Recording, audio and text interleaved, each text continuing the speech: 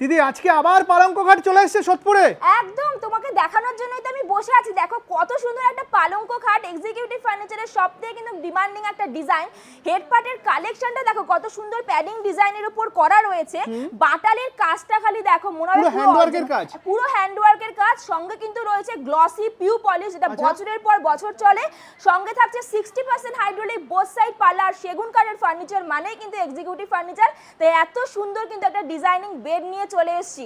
শুধু পালঙ্ক ডিজাইন দেখলে হবে, সাথে দেখো এত সুন্দর একটা শামুক ডিজাইনের বেডও রয়েছে, যার গ্লসি পলিশটা খালি দেখো। আর হেড পার্ট লেগ পার্টের কাজটা দেখো।